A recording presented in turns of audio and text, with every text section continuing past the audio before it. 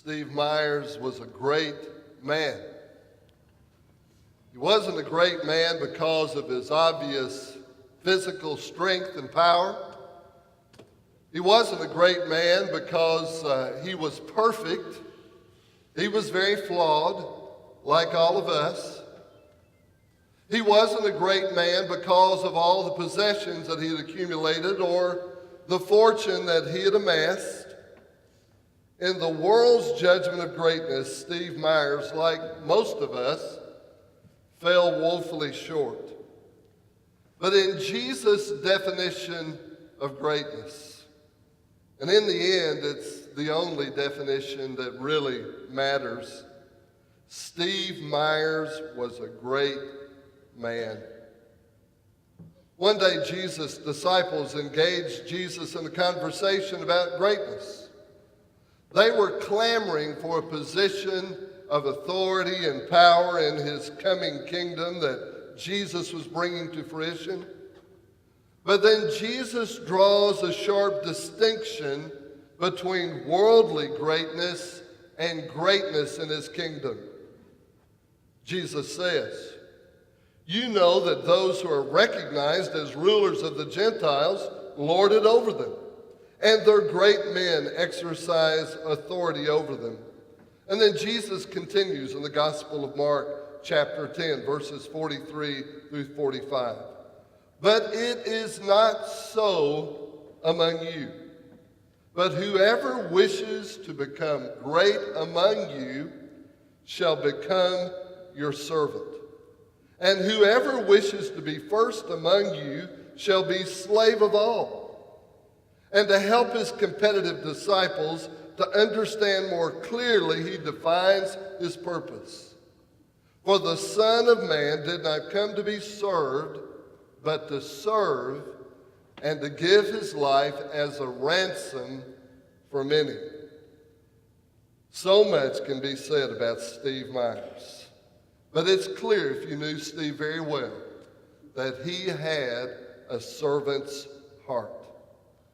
Perfect example is a ministry that he headed up here at our church for several years, known as Family Night Out. It was a monthly meal at our church for families in our community who were struggling to make ends meet, and Steve was the chief cook. And over the years, he prepared, with some help, over 12,000 meals. And the good folks who came and enjoyed his good food also became his good friends. And many of them, if you ask them, will say that Steve Myers was a great man. Jesus took a towel and washed his disciples' feet. Steve put on an apron and stood over a hot stove. He not only cooked for Family Night Out, he prepared meals for church suppers, guest musicians, numerous other events, and for several years, our church kitchen was Steve's second home. And on the basis of Steve's servanthood, our church set him apart into the office of deacon that is all about being a servant. Even Steve's work life was servant-connected. His work as a volunteer fireman, an EMT, a fire and safety instructor were all service-oriented. He was truly a public servant. And after 9/11, Steve, like all of us, was deeply affected by the loss of life, particularly those 343 firemen who lost their lives, and he was deeply impacted by their sacrifice. And unlike most of us, though, Steve acted upon his grief with an act of deep appreciation. He organized a firemen's parade through the streets of London to recognize those who put themselves in harm's way to protect people and property. Even his car, equipped with all those big antennas, communicated his love and commitment to firefighters. He also served our country in the Army and spent a stint in Korea. Steve was really an unusual person, a multifaceted person with a variety of interests, skills, talents, and abilities. From his work as a Kentucky High School Athletic Association official, to being an announcer for the North Laurel basketball games, to helping coach the shot put and discus throwers at Campbellsville University, Steve was involved. Wherever there was a place he could jump in with both feet, Steve did just that. As long as he was physically able, he really enjoyed being a part of our church softball team and really enjoyed our church scrambles. And even though he was a very big man, he was very athletic and had a lot of athletic ability. Steve was also a singing servant. In our sanctuary choir and the Inspired by God ensemble, Steve contributed his fine baritone voice. For several years, Steve sang in our Passion Play and also filled very ably the role of Pontius Pilate in that Passion Play. Music was one of Steve's passions, and one of my favorite Inspired by God songs is a song entitled Shine on Me. And Steve knew that, and more than once I would sort of make a special request, and the fellas would sing this song, and I think a verse of that song is very appropriate for us today. The song says, Lord, let your light of your face shine on us. Lord, let your light of your face shine on us, that we may be saved, that we may have life, to find our way in the darkest night.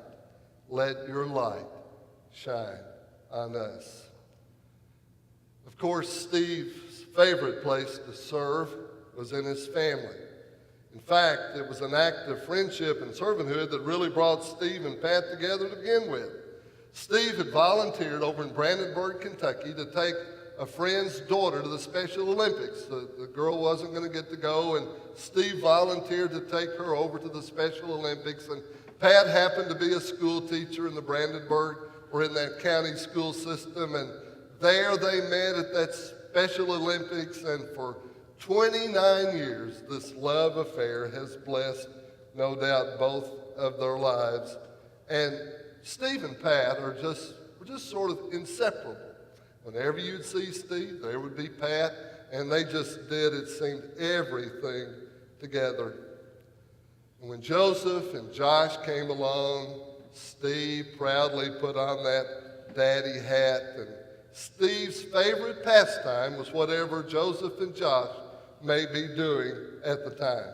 Whether it be a choir concert, a band concert, a football game, a track meet, Steve would be there either filming the event, working the sidelines, and generally beaming as their #1 fan. He was so proud of his sons. And on this Father's Day, he will be remembered as a daddy who was committed to serving his boys.